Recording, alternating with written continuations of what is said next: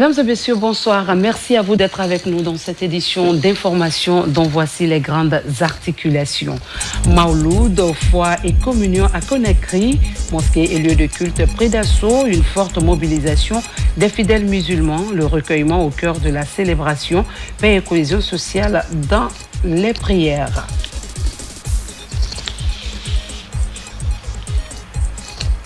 Page santé, la reconstruction de l'hôpital Ignace Dine en ligne de mire. Le grand déménagement se prépare. Le Kankamaen comme site provisoire. La continuité des soins au cœur du dispositif, c'est dans cette édition avec Adjatou Barry. Élevage, la Guinée mise sur le pari de la haute génétique. Bovin brésilien pour renforcer le cheptel, une banque génétique vivante en perspective, modernisation et préservation des races locales. C'est tout pour les titres. Mesdames et messieurs, vous êtes les bienvenus dans cette édition. À Conakry, les mosquées ont accueilli de nombreux fidèles à l'occasion du Maouloud. Dans plusieurs communes de la capitale, citoyens et autorités locales se sont retrouvés pour commémorer la naissance du prophète Mohamed, paix et salut sur lui. Entre recueillement, prière et bénédiction, les fidèles ont formulé des vœux de paix, de cohésion et de prospérité pour la Guinée. Immersion dans les différents lieux de culte avec notre reporter Moussa Bangoua. La communauté musulmane de Guinée célèbre le Maouloud, l'événement religieux qui marque la naissance du prophète Mahomet, paix et salut sur lui. À Conakry, dans les différents lieux du culte, la nuit a été rythmée par des prières et des lectures du Saint-Coran. La gouverneure de Conakry et plusieurs personnalités publiques se sont jointes aux fidèles pour implorer la grâce divine et formuler des bénédictions en faveur de la nation. Au nom du président de la République, de venir les réconforter parce que ce qu'ils sont en train de faire, ils le font pour la nation. Et que leur prière donne la paix et la stabilité à notre pays. La naissance de notre prophète, Mohamed, paix et salut sur lui. Je vais profiter de votre micro pour demander à Allah le Tout-Puissant et que cette nuit soit pour nous une nuit de bénédiction, une nuit de prière que nous allons formuler à l'endroit de toute la population de Conakry, mais particulièrement à celle de Matam. Dans la même ferveur religieuse, cadres de l'administration et membres d'associations confessionnelles venus de divers horizons se sont rassemblés pour commémorer cette date. Le prophète Mohammed sallallahu alayhi wa sallam. Nous allons parler un peu de sa vie, de ses bons comportements, de ses grandes qualités, et pour inviter les fidèles musulmans, surtout la jeunesse musulmane, à imiter ce grand homme. Nous venons pour que nous puissions prier pour le pays, prier pour le chef de l'État. C'est la 3e mosquée que nous fréquentons aujourd'hui pour venir leur montrer que nous sommes non seulement avec eux, mais nous venons pour qu'ensemble nous nous retrouvons pour bénir notre pays qui est la République de Guinée. Au cœur des invocations récitées dans les mosquées, le vivre ensemble, la paix sociale et le développement socio-économique du pays. Nous, quand même, c'est un honneur pour nous de faire cette célébration et faire la lecture du Saint-Coran, parler du prophète Mohamed, paix et salut sur lui, parler de son comportement pour que la génération actuelle, pour que tous les fidèles musulmans puissent encore faire imiter l'envoyé du Tout-Puissant. Renforcer les liens de fraternité entre les Guinéens et préserver un climat de concorde nationale. Telles sont les principales aspirations réaffirmées tout au long de cette nuit de célébration. À cette occasion de la commémoration du Maouloud, de nombreux fidèles ont convergé vers les mosquées et les places publiques de la capitale. Enseignements sur la vie du messager d'Allah, invocations et bénédictions ont ponctué la célébration avec un appel à la paix et à la cohésion sociale. On en sait un peu plus avec Aboubakar Diaby, Morlaï Souma. Ici, au quartier Komandanya, situé dans la commune de Dixine, la célébration du Maouloud se tient dans la ferveur. Ces fidèles musulmans saisissent l'opportunité pour poser des actes de dévotion religieuse comme la promotion de la paix, la lecture du Saint-Coran ou encore les cantiques religieux consacrés à la gloire d'Allah et son prophète Mahomet, paix et salut sur lui. Le Mawlud, c'est quelque chose qui est très bonheur des musulmans. Si ce n'est pas un prophète qui est né dans le Mawlud, comment on va connaître l'islam? S'il n'est pas né, on ne connaît pas l'islam. S'il n'est pas né, on ne va pas aller à la Mecque, on ne fait pas le Hajj. S'il n'est pas né, on ne fait pas les Sel. Tout ça, c'est venu, c'est Mawlud. Ce moment de haute spiritualité est consacré par ces fidèles musulmans à la promotion des œuvres du prophète Mahomet, paix et salut sur lui. À travers ces retrouvailles annuelles, il récite les versets coraniques, prie et formule des bénédictions en faveur de la prospérité du pays et du chef de l'État, Mamadi Doumbouya. Cette célébration du jour de naissance de notre prophète Mahomet, paix et salut sur lui, est d'une importance capitale pour tous les fidèles musulmans. Nous implorons le Tout-Puissant Allah afin qu'il répande sa miséricorde sur tous les pays. Le même son de cloche ici à Kaloum. Les autorités religieuses et communales sont en première ligne pour promouvoir la foi islamique. Avec leurs coreligionnaires musulmans, ces émissaires du secrétariat général des affaires religieuses prônent le vivre ensemble et le respect mutuel. Notre bien-aimé prophète est né un lundi. Rappelez-vous, notre prophète bien-aimé a reçu la prophétie un lundi. Rappelez-vous que notre prophète a reçu aussi l'ascension pour aller aux cieux un lundi. Et rappelez-vous que le prophète a été rappelé un lundi. Et Dieu nous a donné cet anniversaire un lundi. Nous rendons grâce à Allah subhanahu wa ta'ala pour sa miséricorde infinie. Les fidèles musulmans du quartier boulbinin sont aussi mobilisés pour faire de cette célébration du jour de naissance du prophète Mahomet, paix et salut sur lui, agréable. Les autorités à tous les niveaux s'activent pour livrer des messages de paix, d'amour pour la patrie, conformément aux enseignements coraniques. On prie pour le président de la République pour conjuguer un seul verbe qui est l'unité, qui est la cohésion, qui est la paix sociale, pour que la Guinée émerge de l'eau. C'est notre objectif. La particularité, c'est le recueillement et surtout, beaucoup de prières pour la refondation qui est en marche, que ça soit une réussite totale pour tout Guinéen. Dans la haute baluée de Conakry, la célébration du Mawlud ne passe pas inaperçue. Au quartier Yatea T6, les mosquées et les places publiques sont bondées de fidèles musulmans venus pour célébrer le messager d'Allah, dans l'enthousiasme et l'allégresse. Ce jour est très particulier. Nous devons préserver nos bonnes habitudes, le bon voisinage entretenu pour le rayonnement de l'islam. Partout, cette célébration de la naissance du prophète Mahomet, paix et salut sur lui, s'est déroulée dans un climat idéal. Une commémoration religieuse qui a servi de cadre pour appeler les fidèles musulmans du pays à consolider le tissu social et la paix en Guinée.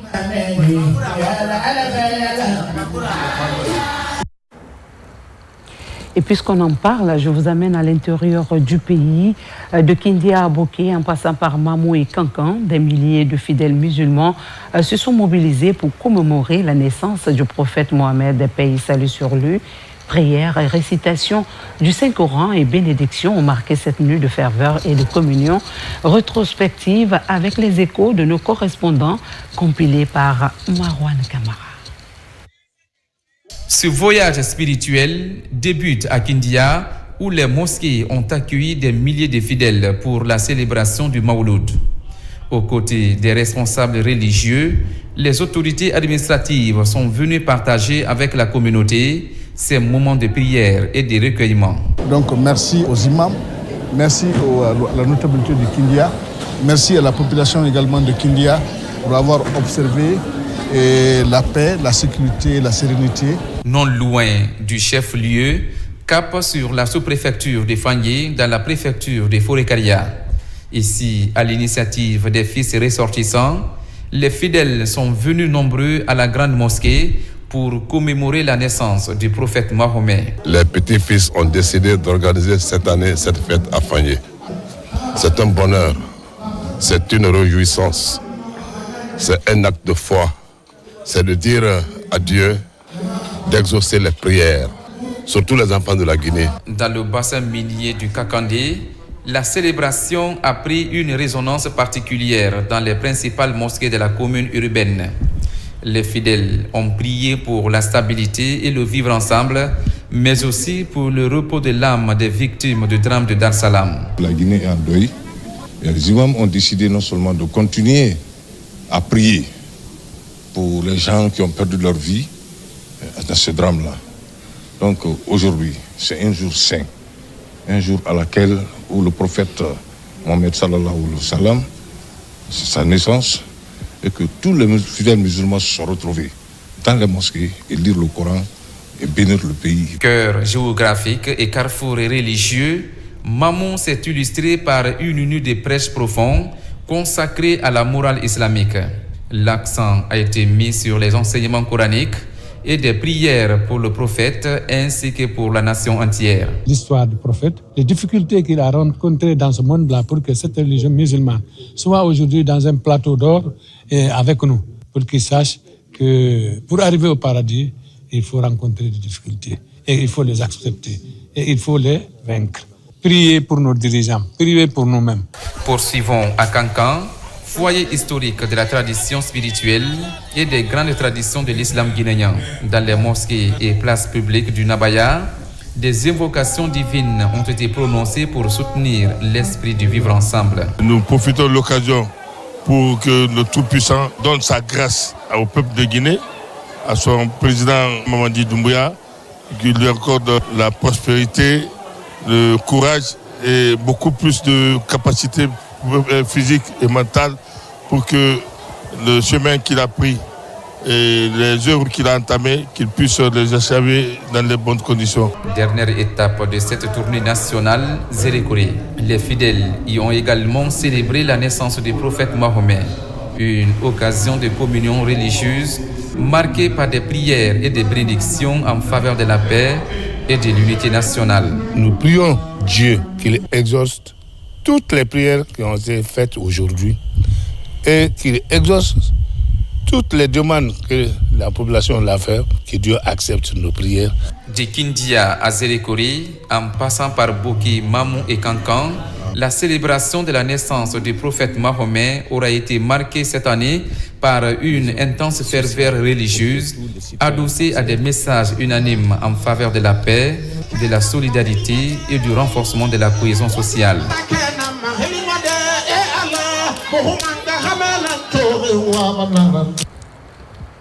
La sainte cité de Touba, dans la préfecture de Gawal, pleure son grand calife El Hadj Oumfa Diaby, 7 ans à l'âge de 99 ans, laissant derrière lui une communauté religieuse endeuillée. Une délégation gouvernementale conduite par les ministres Bounasila et Fassoutea s'est rendue auprès de la famille et des fidèles pour transmettre les condoléances et le message de compassion du président de la République, Saint-Martin Francina Duno, de retour de la Sainte Cité de Touba. Suivez. Depuis quelques jours, la Sainte Cité de Touba a perdu son grand calife El Hadj Oumfa Diaby, une figure emblématique, rappelé à Dieu à l'âge de 99 ans. À la suite de cette disparition, la solidarité nationale s'est exprimée. Une délégation gouvernementale conduite par le ministre des Mines et de la Géologie et le ministre de l'Environnement et du Développement durable et quelques conseillers du ministère de l'Administration du Territoire et de la Décentralisation s'est rendue auprès de la famille éplorée et de la communauté religieuse pour présenter les condoléances de son Excellence, le président de la République et du chef du gouvernement. Le président de la République est en deuil parce que la Guinée vient de perdre un de ses grands érudits, en l'occurrence le calife de Touba.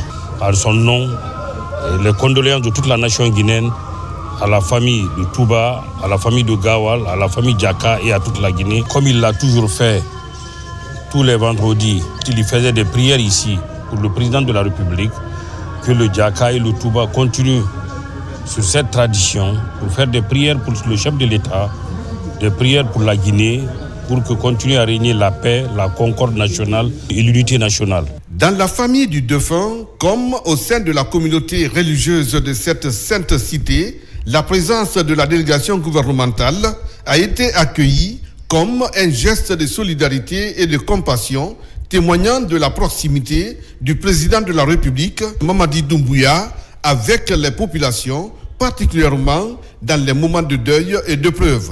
La femme est très contente, ainsi que la grande famille de Karambaya et Djaha. Nous remercions le président de la République Nous souhaitons pour lui la bonne santé. Que Dieu le met sur le pas éclairant. Le souci majeur du président de la République d'abord, c'est comment garantir le social entre nous les Guinéens. C'est cette expression de compassion que le général Mamadi Doumbouya a envoyé ses 2 ministres pour présenter les condoléances suite au décès du père de toute la nation guinéenne. À 99 ans, le grand calife El Hadj Onfa Diaby laisse derrière lui une communauté en deuil et une cité religieuse profondément marquée par sa disparition. Ici, l'heure est au recueillement, à la prière et à la solidarité. Avec tous les honneurs dus à son rang, le calife Diaby a été inhumé au cimetière de sa terre natale qu'il avait tant aimé et servi. Retour à Conakry, à Koléa, foi et recueillement ont marqué la célébration dominicale de l'église anglicane de Guinée. Ces fidèles ont reçu le sacrement de la confirmation des mains de Monseigneur Jacques Boston à la paroisse Sainte-Trinité, un sacrement qui traduit leur volonté de prendre une part active à la vie et à la mission de la communauté chrétienne. L'archevêque a également élevé des prières pour la protection des dirigeants guinéens et pour les victimes des différents drames survenus dans le pays. Robert Siditono, Mohamed Yansane, reportage. La mobilisation est festive en la paroisse Sainte-Trinité de Koléa ce dimanche ordinaire. Le dispositif est fait pour la cérémonie de confirmation de 6 nouveaux fidèles chrétiens anglicans. Après les tests liturgiques du jour, les candidats ont été officiellement présentés à l'archevêque. Chacun d'eux a été appelé par son nom, suivi du rite d'imposition des mains afin d'affermir leur foi par le Saint-Esprit. Je vais essayer de suivre Dieu et de l'honorer dans sa sainte volonté, de prier et de lire la Bible tant que je peux. Ce sont nos enfants. Aujourd'hui, ils sont rentrés dans la lumière de Dieu. Ils ont reçu les dons précieux du ciel. Ce que moi je vais leur dire, c'est de respecter leur catéchèse et leur catéchisme et faire en sorte que leur vie durant, ils lisent ce compagnon-là qu'on leur a donné, la Bible. Les enseignements bibliques du jour appellent le sens de la foi. L'occasion a été mise à profit par le célébrant au cours de son homélie de formuler des prières, des réussites pour les dirigeants guinéens ainsi que pour le renforcement de la paix et pour les victimes des différents drames survenus ces derniers jours à Conakry. Suite au drame survenu à Dar Salam, je voudrais confier toutes ces âmes dans les mains du Seigneur et prier encore Dieu pour que ceux qui sont blessés soient restaurés, soient guéris et que Dieu protège ce pays. Comme vous l'avez entendu dans l'homélie, j'ai insisté sur une phrase: soyez des témoins. C'est le sens de confirmation. Je suis certain et convaincu qu'ils ont reçu cet Esprit Saint et que cet Esprit Saint va les animer durant toute leur vie de chrétien. La remise solennelle des certificats et des Bibles aux confirmants aura été un des moments forts de cette cérémonie de confirmation. Cette nouvelle promotion, qui porte désormais le nom du chancelier du diocèse William Fernandez, vient s'ajouter aux nombreuses promotions déjà ayant reçu ce 2e sacrement d'initiation chrétienne pour davantage participer à la mission de la communauté partout dans le monde. Et puis pendant 10 jours, Foulaya, dans la ville de Kindia, est devenu le carrefour du scoutisme sous-régional. Des scouts venus de plusieurs pays voisins se sont retrouvés à l'occasion d'un grand jamboree au programme partage d'expériences, fraternité, chants et activités collectives avec un même engagement en faveur de la paix et du vivre ensemble. Reportage Marie-Simone Noël Tono, Robert Bangora. Ils sont plus de 1000 à se donner rendez-vous pendant 10 jours au centre d'études de Foulaya dans la ville de Kindia, lieu du jamboree. L'événement rassemble tous les scouts de toutes les régions de Guinée ainsi que ceux de la sous-région. Organisé par la région scout de Conakry, ce jamboree régional est à sa 2e édition.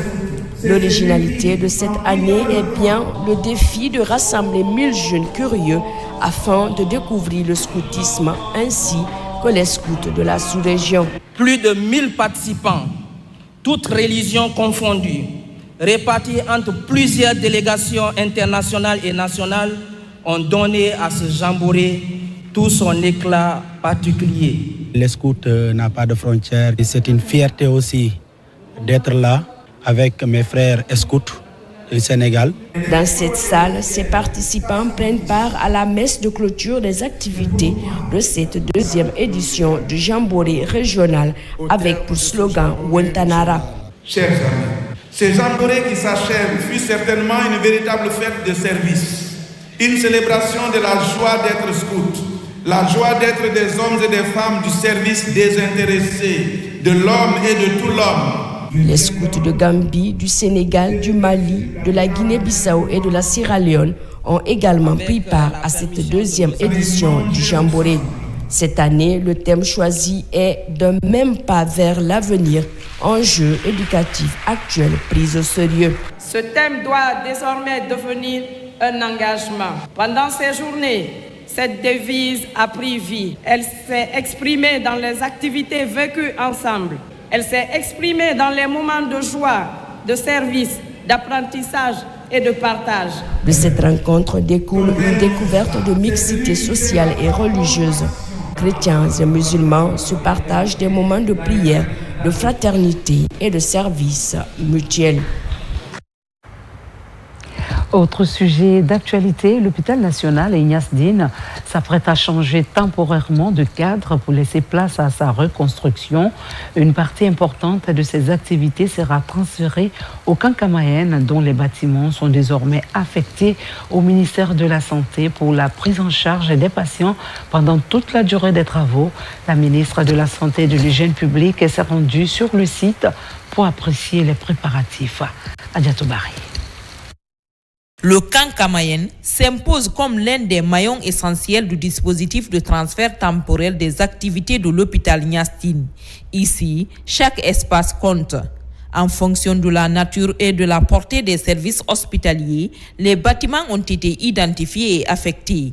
Des travaux de rénovation doivent être réalisés, tandis que l'installation des équipements se fera progressivement. Il y a deux types de bâtiments.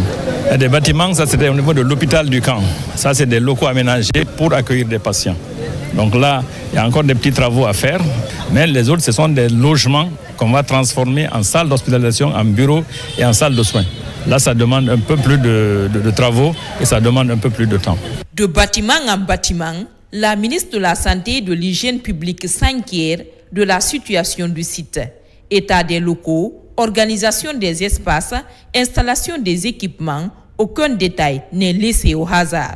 Ignace Dine doit être renforcé en termes d'acquisition des équipements médicaux et biomédicaux parce qu'il faut noter qu'en plus de 120 ans d'existence, Ignace Dine n'a jamais connu une mise à niveau de ses équipements. Ce déménagement nous révèle vraiment l'importance aujourd'hui d'acquisitionner afin de renforcer les plateaux techniques d'Ignace Dine délocalisés vers le Kankamayen.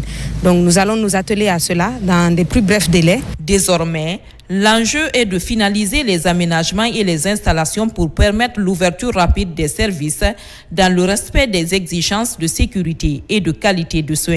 Aujourd'hui, la priorité est donnée aux services d'urgence, aux services de réanimation, à la maternité, à la pédiatrie et aux services de chirurgie pour qu'ils soient opérationnels au plus tôt afin qu'on puisse offrir des soins de spécialité à la population. Je tiens à cette étape remercier les forces de défense et de sécurité qui ont coopéré suite aux instructions de son Excellence, Monsieur le Président de la République. Le Kankamayen devra ainsi devenir le temps des travaux de reconstruction de l'hôpital Ignace Dine, l'un des principaux points d'accueil des services hospitaliers transférés.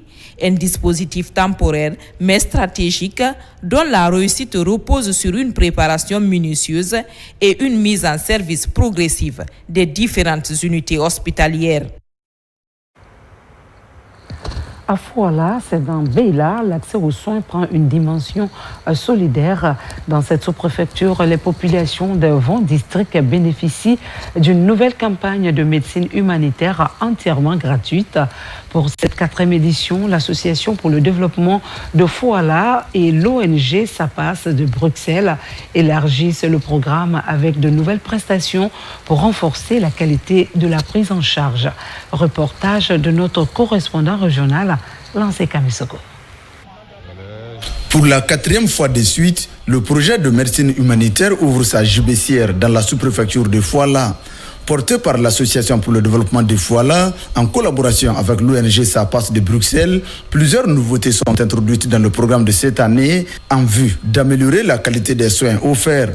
Nous sommes venus avec une équipe qui est composée à la fois de laborantins, d'infirmiers et de médecins qui sont des médecins qui travaillent en Guinée. Donc nous avons mis ce programme de formation durant ces 10 jours sur des pathologies cardiovasculaires, la prise en charge de l'hypertension, la prise en charge du diabète et ensuite le nouveau truc qu'on a pu apporter encore cette année, c'est qu'on est venu avec un magnifique appareil d'échographie. L'objectif c'est de rapprocher la médecine spéciale, la médecine pratique à nos parents qui n'ont pas accès direct et qui n'ont pas le moyen de se déplacer pour aller vers les structures bien spécialisées. L'autre facette de l'édition de cette année est le transfert de compétences entre médecins belges et guinéens au cours de ces journées médicales. Travailler ensemble avec l'équipe de santé de Fouala. Donc chacun dans le cabinet a intégré de différentes personnes du personnel de Fouala. Et je crois qu'après une dizaine de jours, que le centre de santé, le personnel va vraiment être en mesure de faire de meilleurs soins qu'avant. De l'échographie à la kinésithérapie, en passant par des soins bucco-dentaires, ces offres de soins variés sont une aubaine pour les populations locales. C'est avec une grande satisfaction que nous accueillons le projet de médecine humanitaire. Cette initiative, c'est une véritable opportunité pour nos populations, notamment les plus vulnérables. Les initiateurs de cette coopération médicale guinéo-belge souhaitent toucher d'autres localités de Beila les années à venir. Dans un autre registre, la bonne gouvernance passe aussi par le renforcement des compétences des cadres de l'État, ceux de la Direction générale du patrimoine de l'État et des investissements publics bénéficient d'une session de remise à niveau initiée par le Centre de formation en finances publiques, une démarche qui s'inscrit dans la mise en œuvre du plan d'action du ministère de l'Économie, des Finances et du Budget. Ça, Aluyombono, Mamadi Gassama, Yacouba Mendy, reportage. Plus d'une trentaine de cadres issus de la Direction générale du patrimoine de l'État et des investissements publics prennent part à cette formation au cœur des échanges, des enseignements théoriques en analyse budgétaire destinés à renforcer leurs compétences et à mieux répondre aux exigences d'une gestion publique moderne et performante. Nous allons aborder la loi organique relative aux lois des finances. Nous allons aborder véritablement ce qu'on appelle ici la budgétisation, le budget programme, la notion de la GAF, de la gare, la gestion axée sur les résultats. Nous allons aborder comment les méthodes ici d'analyse budgétaire, comment est-ce que ça se présente le budget, l'exécution du budget, le taux d'exécution du budget, quels sont les différents acteurs, parties prenantes qui interviennent. Cette session de formation traduit la volonté du ministère de l'Économie, des Finances et du Budget de renforcer les compétences de ces cadres. L'objectif est de disposer d'un personnel davantage qualifié, capable d'améliorer l'analyse, la programmation et le suivi des investissements publics conformément aux priorités du gouvernement. Cette formation s'inscrit dans un plan d'action que le ministère de l'Économie et des Finances a mis en place. La DGPIP, à travers le centre de formation, est en train de dérouler ce plan d'action. Il y a plusieurs activités au sein de la DGPIP et nous souhaitons qu'il y ait des renforcements des capacités sur certaines activités de la DGPIP. À travers cette initiative, le Centre de formation en finances publiques entend ainsi rapprocher les compétences techniques des besoins réels de l'administration. Une démarche qui mise sur la formation continue pour accompagner les réformes engagées dans la gestion des finances publiques. Au-delà de l'acquisition de nouvelles compétences, cette formation devrait donc contribuer à une meilleure qualité de l'analyse et de la décision budgétaire. Hors du pays, précisément en Malaisie, l'organisation internationale Global Cyber Security Alliance vient d'organiser une rencontre pour réfléchir sur les enjeux de l'intelligence artificielle et la cybersécurité. La Guinée a été représentée par l'ancien Premier ministre Kabini Komara à ce rendez-vous. Mikini Moussa Kamara, Djibril Kamara.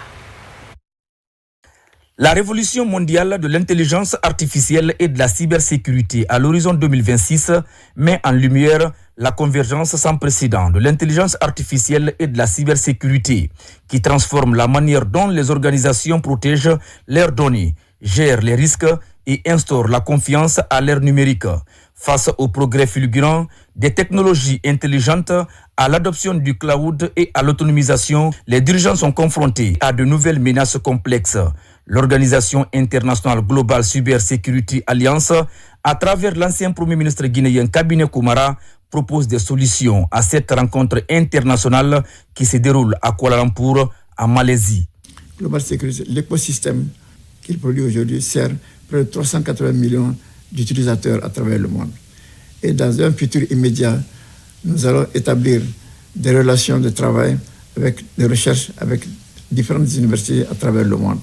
Le monde est en train de traverser une profonde transformation digitale, telle que l'intelligence artificielle, le blockchain, le computing quantum, qui sont en train de redéfinir l'économie globale, tout en créant de manière inespérée et inattendue des défis de cybersécurité. Cette rencontre explore les nouvelles frontières de la sécurité basée sur l'intelligence artificielle en abordant des thèmes tels que l'analyse avancée des données, l'IA générative, la préparation à l'informatique quantique, la confiance numérique et la gouvernance résiliente. L'Alliance globale pour la cybersécurité rassemble les gouvernements, les entreprises, les occupants, les users, les experts en sécurité et tout un ensemble de réseaux au niveau mondial branchés sur l'intelligence artificielle pour faire avancer de manière transnationale les standards de défense et les rendre actionnables dans la sécurité système. Dans le contexte du leadership numérique croissant de l'Asie et devant un public véritablement mondial, l'IA offre une plateforme idéale pour élaborer des stratégies de transformation sécuritaire. Dans l'actualité également, plus de 1000 candidats pour environ 200 places. La sélection s'annonce serrée à la faculté des sciences et techniques de la santé de l'université Gamal Abdel Nasser de Conakry. Le concours d'accès a débuté ce mardi avec des bacheliers déterminés à décrocher une place dans les filières de médecine, pharmacie, odontologie, sciences infirmières et paramédicales. À l'issue des épreuves, les admissions seront déterminées en fonction des résultats et des choix exprimés par les candidats. Mounir Bari, Safourata Diallo pour en savoir davantage. Ils sont plus de 1000 bacheliers à tenter leur chance. Objectif, franchir la porte de la faculté des sciences et techniques de la santé de l'université Gamal Abdel Nasser de Conakry. Cette session 2026 réunit des candidats qui se sont distingués au baccalauréat unique. Tous espèrent décrocher une place dans l'une des filières de formation au métier de la santé. La sélection s'annonce rigoureuse. À l'issue du concours, environ 200 étudiants seront retenus. La médecine a été une passion, précisément l'odontologie. Je compte apporter mon expertise dans le domaine plus tard et aider les gens qui en souffrent, qui n'ont pas de moyens. Les copies sont anonymisées après. Donc les correcteurs, ils corrigent les copies sous anonymat. Ils ne savent pas la copie appartient à qui. Ensuite, ils reportent les notes avec les anonymats. C'est après que quand nous aurons les copies, les notes calculées complètement, les admis sont là, on sait voici, tel numéro correspond à telle note.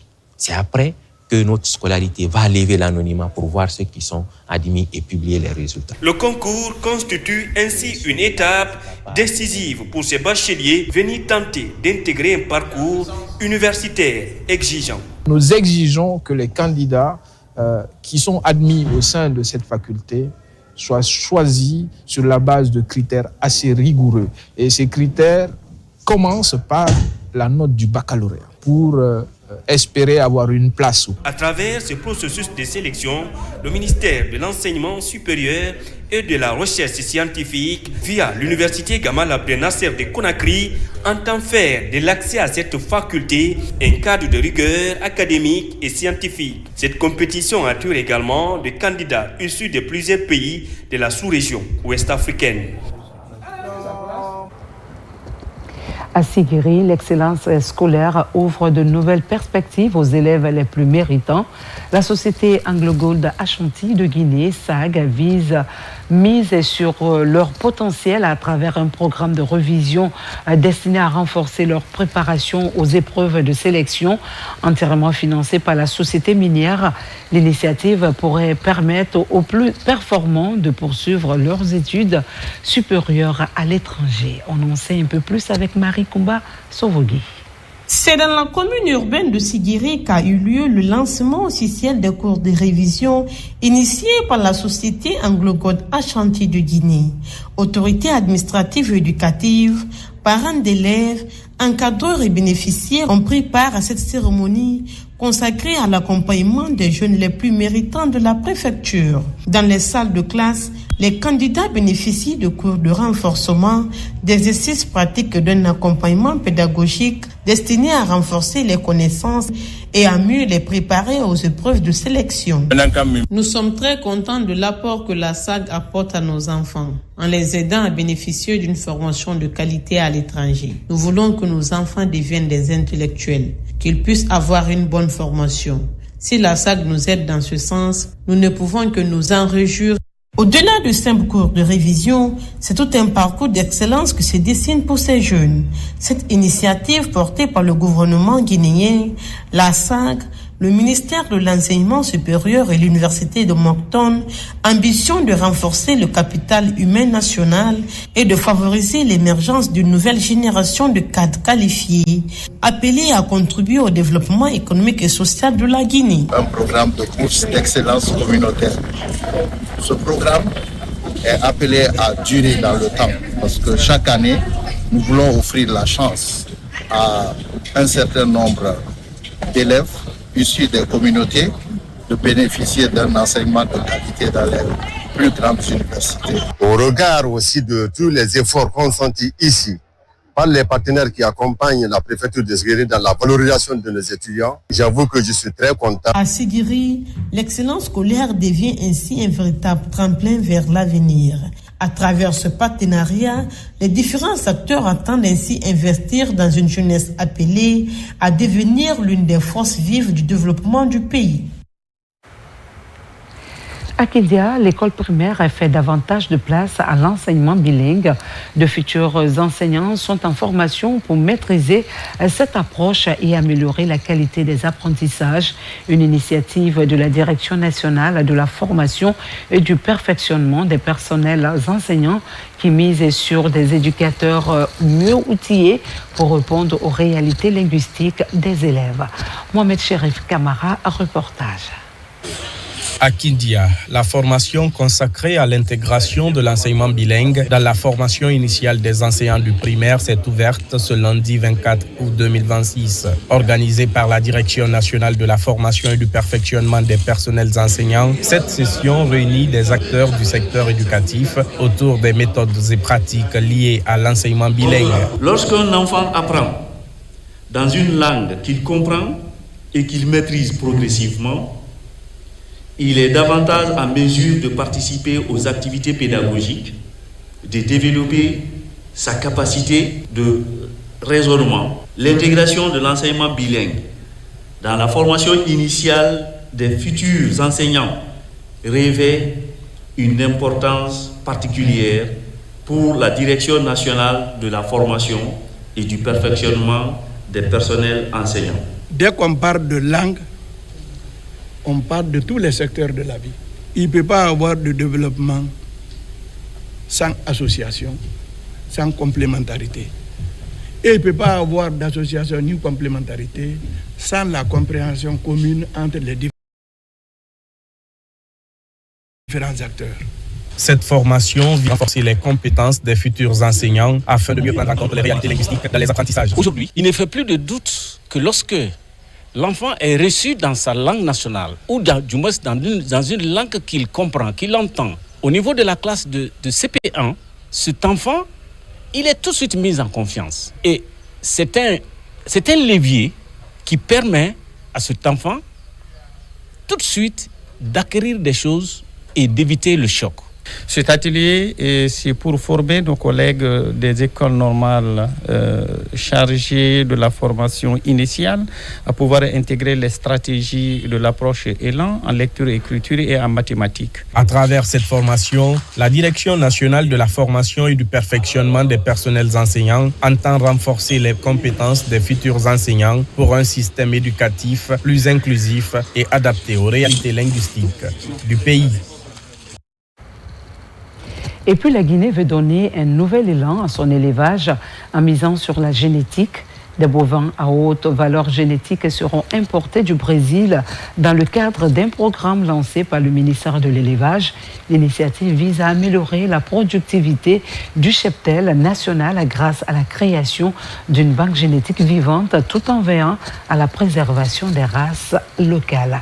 Yaya Ansoumane Sila, Noumousso Diakité. 2500 bovins importés du Brésil forment le noyau de départ de la future banque génétique nationale. L'idée est de moderniser l'élevage guinéen sur le modèle brésilien, référence en zone tropicale, et l'adapter à nos réalités climatiques et pastorales. Aujourd'hui, le prix de la viande, que ce soit au Sénégal, que ce soit en Guinée, la viande rouge, le prix tourne entre 5 000, 5 500 et peut aller jusqu'à 6 000 francs CFA au moment où nous parlons. Raison pour laquelle le ministre de l'Élevage de la Guinée m'avait contacté pour l'accompagner, non seulement pour importer d'abord un premier lot de jeunes gestantes Girlando, des Neloré et des Goussera, mais aussi de l'accompagner dans la structuration financière qui est mon métier à travers le cabinet que je dirige. La mission d'Agrobetel, c'est participer à l'amélioration de l'élevage à travers le monde. Nous allons cheminer ensemble avec la Guinée pour améliorer l'élevage en Guinée. Grâce à la science et aux investissements publics et privés, la Guinée veut multiplier son cheptel. Parti de 2500 têtes en 2026, le projet vise la production de 5000 bovins de race améliorée les 10 prochaines années. Et pour qu'on puisse être dans une dynamique durable, ces animaux vont être donnés à crédit à des jeunes éleveurs qui vont les rembourser soit en argent ou en lait. Ces jeunes éleveurs vont être encadrés et formés pour que ce qu'ils ont comme race améliorée puisse se reproduire. Ça, c'est le premier axe de cette importation. Le deuxième axe, c'est que nous avons des familles qui sont en situation de précarité, mais qui sont des familles culturellement orientées vers l'élevage, à qui nous allons donner une vache ou deux. Au-delà de la consommation locale de la famille, le surplus de production sera versé au collecteur local. Le troisième axe qui va permettre aux autres acteurs aussi de faire de l'argent. Le projet s'étale de 2026 à 2035 et en 3 étapes. Installer le noyau, multiplier le cheptel, puis industrialiser la filière avec des abattoirs et des laiteries pour réduire la dépendance aux importations de viande et de lait. Autre sujet d'actualité, le nouveau découpage territorial se précise dans la région de Boké. À Bofa, une mission du ministère de l'administration du territoire et de la décentralisation est allée à la rencontre des administrateurs locaux pour présenter les données actualisées de la nouvelle carte territoriale. L'objectif est d'en faciliter la compréhension et de permettre aux collectivités de mieux planifier leurs actions de développement. On en sait un peu plus avec Younoussa Tawele Kamara. Après la préfecture de Fria, la mission de la Direction nationale de l'administration du territoire pose ses valises à Bofa. C'est dans le cadre de la vulgarisation des données actualisées du nouveau découpage administratif du territoire mis en œuvre par le département en charge du territoire national. Qui dit une administration du territoire qualifiée dit un bon découpage territorial. Qui dit un plan de développement national bien établi, il faut un bon découpage territorial. Qui dit une bonne décentralisation, il faut une bonne déconcentration. C'est pourquoi cet exercice, ce document est stratégique qui répond à notre préoccupation de développement national. Devant les administrateurs territoriaux et cadres des services techniques déconcentrés de Bofa, le chef de mission de la Direction nationale de l'administration des territoires a largement expliqué le document. C'est un outil extrêmement important dans la mesure où chaque citoyen doit savoir dans quel territoire il se trouve. Territoire à la base, depuis son secteur, son district, jusqu'à la sous-préfecture. L'État, c'est une planification. Cette planification découle des données. On ne peut mieux planifier, mieux cerner le développement à la base que quand la planification est cohérente avec le découpage. Permettre à ces cadres déconcentrés, décentralisés, de maîtriser cet outil pour un meilleur développement harmonieux à la base. À travers le découpage territorial, les administrateurs seront désormais plus proches des administrés dans toutes les collectivités du pays. La sécurité privée cherche à mieux se structurer pour répondre aux exigences du secteur et consolider son rôle dans la création d'emplois. À Conakry, l'UCSP et ses partenaires réunissent les acteurs autour des défis de la professionnalisation, cadre juridique, réglementation et organisation des entreprises et sont au centre des échanges pour favoriser un secteur encadré et performant. Le point avec Aboubakar Diaby. En Guinée, le secteur de la sécurité privée continue d'appuyer la politique nationale axée sur l'insertion socio-économique des jeunes. Pour la structuration et la professionnalisation de ce secteur pourvoyeur d'emploi, les structures impliquées se retrouvent pour se pencher sur les enjeux liés au développement du secteur. Cette rencontre s'inscrit un peu dans la vision de l'Union. La création de l'Union, c'était de regrouper les acteurs de la sécurité privée et d'essayer de professionnaliser le secteur. Alors, si nous avons un régulateur qui va dans ce sens, nous avons le devoir de l'accompagner. Le patronat guinéen se réjouit à plus d'un titre des mesures d'accompagnement que le gouvernement est en train de faire, c'est-à-dire en produisant les textes, un cadre juridique pour que ces sociétés puissent bien évoluer dans ce sens. Les réformes clés sont envisagées pour faire du secteur de la sécurité privée du pays une référence à l'échelle internationale. Tous les cadres réglementaires et les normes juridiques élaborées avec le département de la protection civile sont révisités pour mieux coordonner les tâches sur le terrain. Le message que j'ai à donner à toutes les sociétés de sécurité privée en Guinée, formelles ou informelles, c'est tous, je les appelle tous, à rejoindre l'Union, afin qu'ensemble, nous puissions améliorer les statistiques de l'État par rapport à la création d'emplois. Il n'était pas question d'avoir une base de données fiable, exploitable, au sens de connaître le nombre réel des sociétés de sécurité privée en République de Guinée. Vous savez, il y a un problème qui se passe dans ce secteur. Lorsqu'on parle seulement de la sécurité privée, 90% des personnes pensent à l'activité gardiennage et surveillance. Mais lorsque vous prenez nos textes de réglementation, nous avons 9 types d'activités de sécurité privée en Guinée aujourd'hui. L'organisation de ce cadre d'information interpelle à l'unisson toutes les structures qui gèrent les agents de sécurité en Guinée. Il s'agit pour ses participants de vulgariser davantage le projet de convention collective du secteur de sécurité privée pour contribuer au développement socio-économique durable en Guinée. Direction Koundara, où l'accès à l'eau potable devient un véritable casse-tête pour les populations privées de la desserte de la Société des eaux de Guinée. Les habitants doivent multiplier les efforts pour s'approvisionner. Face à une situation qui perdure, le préfet de la localité s'est rendu sur le terrain pour s'enquérir de l'état des installations et identifier les difficultés qui perturbent la fourniture d'eau. Sur place, c'est Karim Kamara, Kerfalamane. Plus de 3 mois, autant dire une éternité que l'eau potable est devenue une denrée rare à Koundara. Dans les ménages, pas une seule goutte d'eau dans les robinets, tout est à sec. La population en est éprouvée au point que chaque famille se débrouille comme elle le peut pour se procurer cette ressource vitale. On achetait de l'eau avec les 3 cycles, le bidon à 2000 francs. On achète 2 fois 20 bidons par jour. Puis c'est dans ça, les enfants ils se lavent, le linge, la cuisine, le nettoyage de la concession, tout.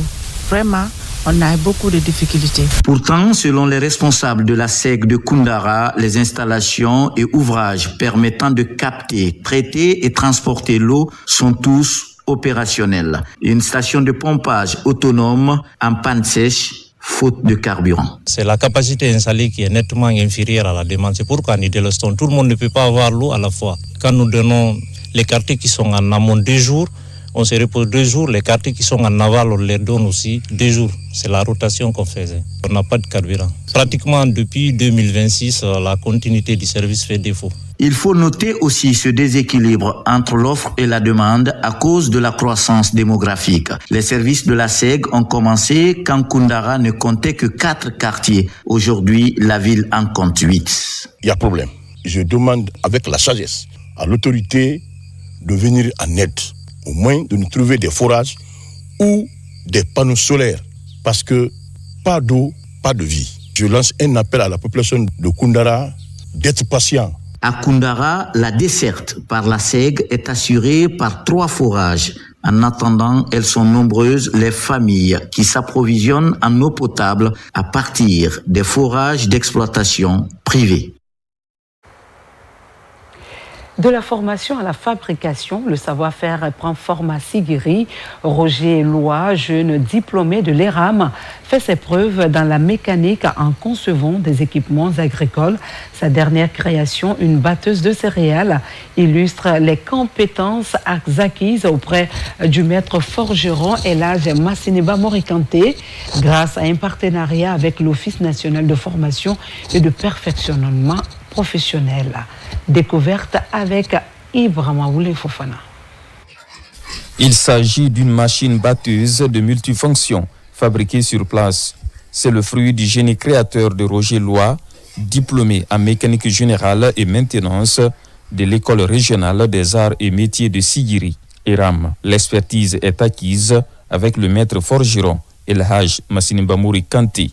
Après avoir suivi un mois de formation avec l'ONFPP, je rends grâce à Dieu. Et après la formation, j'ai essayé encore de repratiquer cette machine à l'ensemble de notre autorité. Ça m'a donné beaucoup d'expérience aussi, comment réaliser des machines agricoles aussi. Ce n'est pas de ma spécialité, mais l'ONFPP m'a encouragé.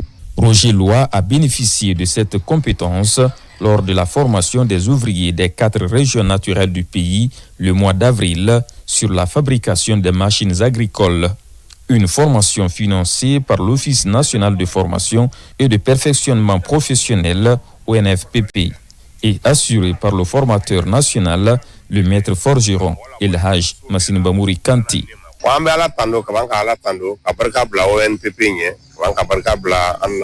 Nous remercions Dieu. Je félicite l'ONFPP et surtout notre grand président Mamadi Doumbouya. C'est lui qui a initié cette formation des ouvriers sur place avant de les décorer. Je remercie les responsables de l'ONFPP et surtout le chef d'antenne de Sigiri. Ils m'ont choisi pour être formateur national. Roger Loa a déjà fait ses preuves dans d'autres domaines, comme la fabrication d'une voiturette de 2 places made in Guinée, ou encore la fabrication d'une machine grue qui supporte 150 kg. Roger Loa et le formateur national Elhadj Massiniba Morikanté demandent tous l'aide de l'État pour un accompagnement financier et d'équipement pour galvaniser les ouvriers du pays. Et puis, ce décret qui vient juste de nous parvenir, décret D 2026-0267 PRG SGG portant nomination d'un conseil national de la transition à la dignité de grand officier dans l'ordre national du Colatier. Le président de la République, vu la Constitution, décrète. Article 1er. En récompense des éminents services rendus à la nation pour cause de la paix et de la cohésion sociale, Dr Dansa Kourouman, président du Conseil national de la transition, ayant siégé du 22 janvier 2022 au 17 juillet 2026, est élevé à la dignité de grand officier de l'Ordre national du Colatier de la République de Guinée. Article 2. Le présent décret prend effet à compter de la date de sa signature et sera enregistré et publié au journal officiel de la République, Conakry, le 25 août 2026, signé président Mamadi Doumbouya. Décret D 2026-0268 PRG-SGG portant nomination de conseillers nationaux de la transition au grade de commandeur dans l'ordre national du mérite. Le président de la République, vu la Constitution, décrète. Article 1er. En reconnaissance des éminents services rendus à la nation, le grade de commandeur de l'Ordre national du mérite de la République de Guinée est décerné aux conseillers nationaux de la transition ayant siégé du 22 janvier 2022 au 17 juillet 2026, dont les prénoms et noms et fonctions suivent. Madame Adja Maïmouna Yombounou, première vice-présidente du Conseil national de la transition. Monsieur Eladj Seni Fassinesila, deuxième vice-président du Conseil national de la transition. Madame Fanta Conté, secrétaire parlementaire du Conseil national de la transition. Monsieur Yamoussa Sidibé, secrétaire parlementaire du Conseil national de la transition. Monsieur Moridouno, secrétaire parlementaire du Conseil national de la transition. Madame Maïmouna Bari, secrétaire parlementaire du Conseil national de la transition. Article 2. Le présent décret prend effet à compter de la date de sa signature et sera enregistré et publié au journal officiel de la République. Conakry, le 25 août 2026, président Mamadi Doumbouya.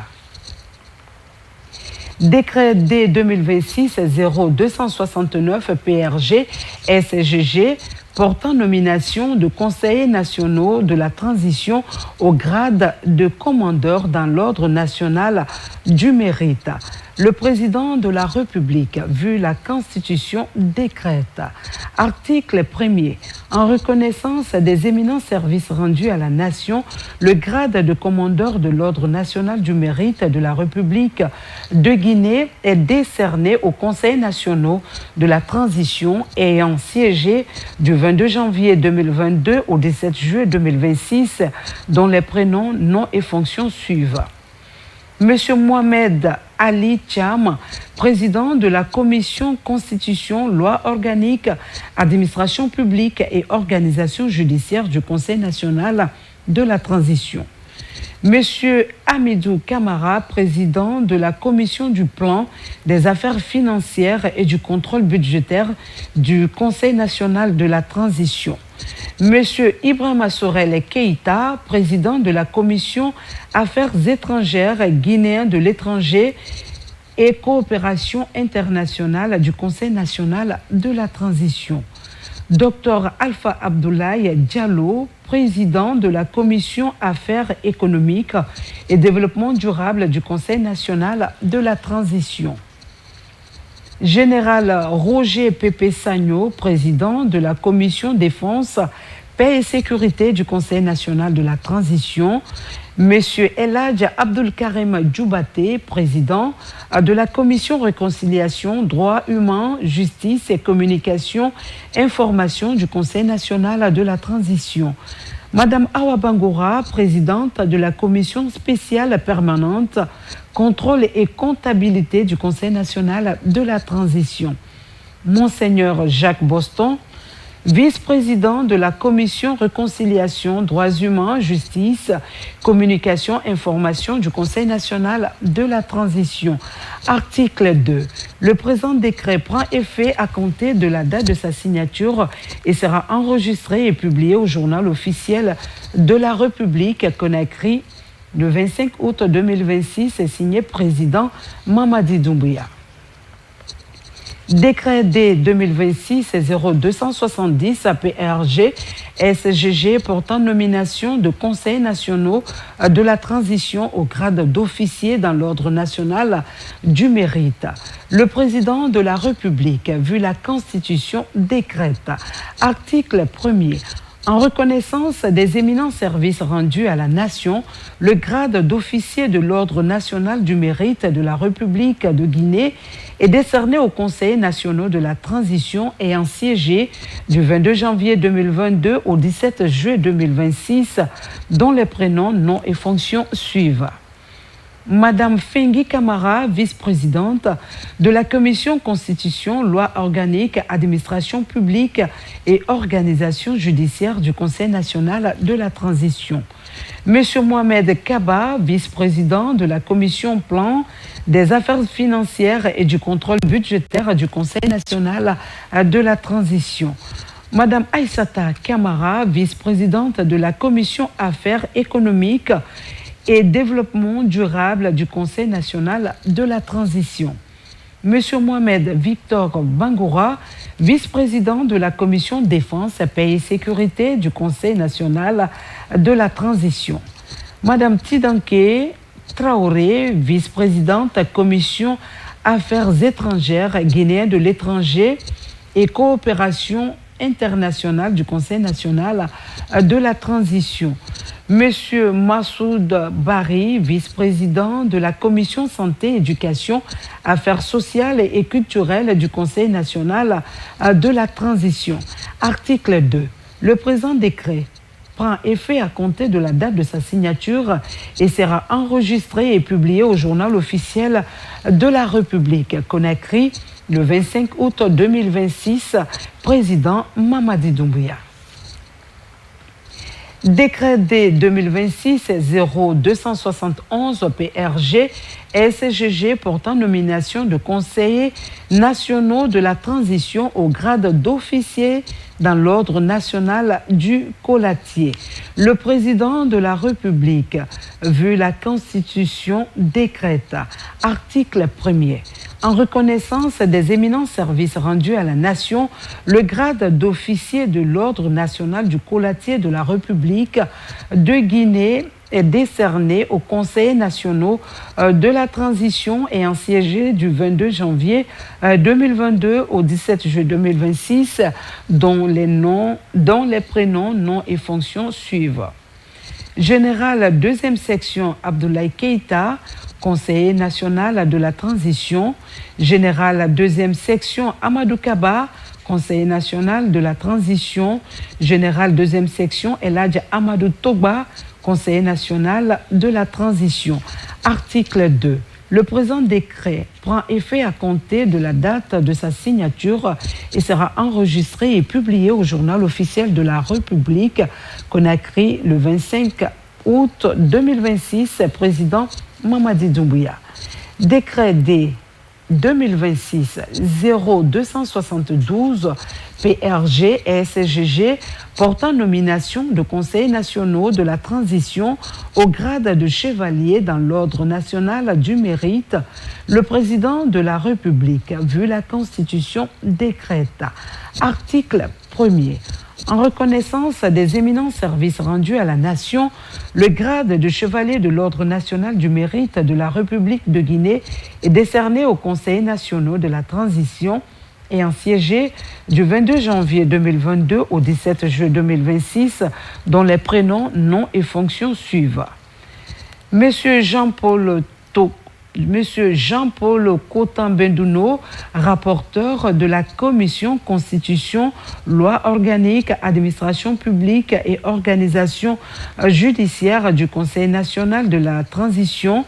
Monsieur Ngoamou Fabara Kone, rapporteur de la Commission du plan des affaires financières et du contrôle budgétaire du Conseil national de la transition. Madame Saran Traoré, rapporteur de la Commission Affaires économiques et développement durable du Conseil national de la transition. Madame Bademba Baldé, rapporteur de la Commission Défense, Paix et Sécurité du Conseil national de la transition. Monsieur Dominique Pogomou, rapporteur de la Commission Affaires étrangères, Guinéen de l'étranger et coopération internationale du Conseil national de la transition. Madame Asma Obari, rapporteur de la Commission Réconciliation, Droits humains, Justice et Communication, Information du Conseil national de la transition. Madame Makoudia Sen, rapporteur de la Commission spéciale permanente contrôle et comptabilité du Conseil national de la transition. Article 2. Le présent décret prend effet à compter de la date de sa signature et sera enregistré ou publié au journal officiel de la République. Conakry, le 25 août 2026, président Mamadi Doumbouya. Décret D 2026-0273 PRG-SGG portant nomination de conseils nationaux de la transition au grade de chevalier dans l'ordre national du mérite. Le président de la République, vu la Constitution, décrète. Article 1er. En reconnaissance des éminents services rendus à la nation, le grade de chevalier de l'Ordre national du mérite de la République de Guinée est décerné aux conseils nationaux de la transition et en siégé du 22 janvier 2022 au 17 juillet 2026, dont les prénoms, noms et fonctions suivent. Monsieur Jean-Paul Kodin-Bedouno, rapporteur de la Commission Constitution, Loi organique, administration publique et organisation judiciaire du Conseil national de la transition. Monsieur Ngouamou Fabara Kone, rapporteur de la Commission du plan des affaires financières et du contrôle budgétaire du Conseil national de la transition. Madame Saran Traoré, rapporteur de la Commission affaires économiques et développement durable du Conseil national de la transition. Madame Bademba Baldé, rapporteur de la Commission défense, paix et sécurité du Conseil national de la transition. Monsieur Dominique Bogomou, rapporteur de la Commission Affaires étrangères, guinéen de l'étranger et coopération internationale du Conseil national de la transition. Madame Asmao Barré, rapporteur de la Commission Réconciliation, Droits humains, Justice et Communication, Information du Conseil national de la transition. Madame Makoudia Sen, rapporteur de la Commission spéciale permanente au contrôle et comptabilité du Conseil national de la transition. Article 2. Le présent décret prend effet à compter de la date de sa signature et sera enregistré et publié au journal officiel de la République. Conakry, le 25 août 2026, président Mamadi Doumbouya. Décret D 2026 PRG-SGG portant nomination de conseils nationaux de la transition au grade de chevalier dans l'ordre national du mérite. Le président de la République, vu la Constitution, décrète. Article 1er. En reconnaissance des éminents services rendus à la nation, le grade de chevalier de l'ordre national du mérite de la République de Guinée est décerné aux conseils nationaux de la transition et assiégé du 22 janvier 2022 au 17 juillet 2026, dont les prénoms, noms et fonctions suivent. Monsieur Abdoulaye Dimadabo, conseiller national de la transition. Monsieur Eladja Mansa Moussa Sidibé, conseiller national de la transition. Monsieur Aboubakar Koulikourouma, conseiller national de la transition. Monsieur Mamadou Bailo Diallo, conseiller national de la transition, M. Mamadou Fadia Baldé, conseiller national de la transition, Maître Abdoulaye Silla, conseiller national de la transition, Madame Fatoumata Lamaranaba, conseiller national de la transition, Dr Mamadi Kaba, conseiller national de la transition, M. Sayon Kamara, conseiller national de la transition, M. Ahmed Tidiane Silla, conseiller national de la transition, Madame Melia Ismaël Souma, conseiller national de la transition, Madame Mariam Touré, conseillère nationale de la transition, Monsieur Bangali Genessa Kourouma, conseiller national de la transition, Dr Loseni Chérif, conseiller national de la transition, Monsieur Ismaël Kondé, conseiller national de la transition, M. Gilbert Andeka Kamara, conseiller national de la transition, Mme Aïssatou Diallo, conseillère nationale de la transition, commission division André Bangoura, conseiller national de la transition, commissaire, autant pour moi, commissaire divisionnaire André Bangoura, conseiller national de la transition, Mme Fatou Olo Olo Silla, conseillère nationale de la transition, M. Mohamed Nabi Silla, conseiller national de la transition, Mme Mama Sani Beavogui, conseillère nationale de la transition, M. Eladj Mamadi Keïta, conseiller national de la transition, Mme Aminata Ba, conseillère nationale de la transition, M. Mohamed Lamine Bangora, conseiller national de la transition, Mme Aïssata Mariama Souma, conseillère nationale de la transition, M. Bangali Sherif, conseiller national de la transition, M. Aboubakar Sidiki Mara, conseiller national de la transition, M. Yamoussa Touré, conseiller national de la transition, Mme Fatoumata Yebeba, conseillère nationale de la transition, M.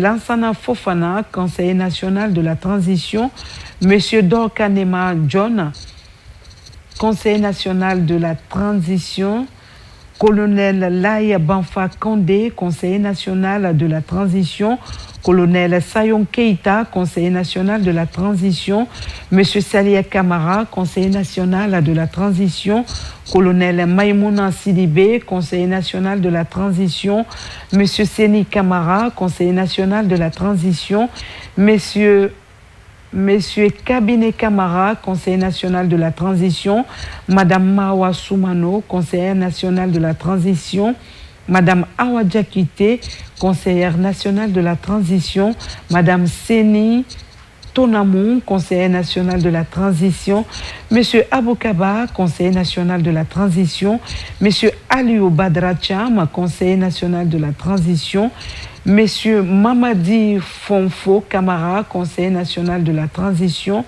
Madame Fatoumata Diallo, conseillère nationale de la transition, Monsieur Mohamed Lamine Diallo, conseiller national de la transition, Monsieur Ismaël Kabassé Samora, conseiller national de la transition, Monsieur Aboubakar Sidiki Sissé, conseiller national de la transition, Colonel Mohamed Lamine Diallo, conseiller national de la transition. Article 2. Le présent décret prend effet à compter de la date de sa signature et sera enregistré et publié au journal officiel de la République, Conakry le 25 août 2026. Président Mamadi Doumbouya. Décret D 2026-0275 PRG SGG portant nomination d'un haut cadre au ministère de l'économie, des finances et du budget. Le président de la République, vu la Constitution, décrète. Article 1er. Monsieur Kouramoudou Keïta est nommé directeur général adjoint du budget. Article 2. Le présent décret qui abroge toute disposition antérieure contraire prend effet à compter de la date de sa signature, sera enregistré et publié au journal officiel de la République, Conakry le 25 août 2026. Président Mamadi Doumbouya. Décret D 2026-0276 PRG SGG portant nomination d'un haut cadre au grade d'officier dans l'ordre national du mérite. Le président de la République, vu la Constitution, décrète. Article 1er. En reconnaissance des éminents services rendus à la nation, le grade d'officier de l'ordre national du mérite de la République de Guinée est décerné au docteur Antoine Akwa Sovogui, conseiller du président de la République chargé des relations avec les institutions de la République. Article 2. Le présent décret prend effet à compter de la date de sa signature et sera enregistré et publié au journal officiel de la République, Conakry, le 25 août 2026. Président Mamadi Doumbouya. Décret D 2026-0277 PRG portant nomination d'un conseiller national de la transition au grade de commandeur dans l'ordre national du Colatier. Le président de la République, vu la Constitution, décrète. Article 1er. En récompense des éminents services rendus à la nation pour cause de la paix et de la cohésion sociale, le grade de commandeur de l'ordre national du Colatier de la République de Guinée est décerné au professeur Hassan Ba, président de la commission santé, éducation, affaires sociales et culturelles du Conseil national de la transition ayant siégé du 22 janvier 2022 au 17 juin 2026. Article 2. Le présent décret prend effet à compter de la date de sa signature et sera enregistré et publié au journal officiel de la République, Conakry le 25 août 2026. Et président Mamadi Doumbouya. Voilà, c'est ici qu'on s'arrête au compte de ce mardi 25 août 2026. Merci de votre fidélité à la télévision nationale et surtout prenez soin de vous en cette saison des grandes pluies. La prudence doit rester notre meilleure protection. Ensemble, adoptons les bons réflexes, respectons les consignes de sécurité et faisons preuve de solidarité. La Guinée, notre paradis, terre de richesse et d'innovation. Passez une douce nuit en compagnie de nos programmes et à très vite pour de nouvelles pages d'information. Bonsoir à tous.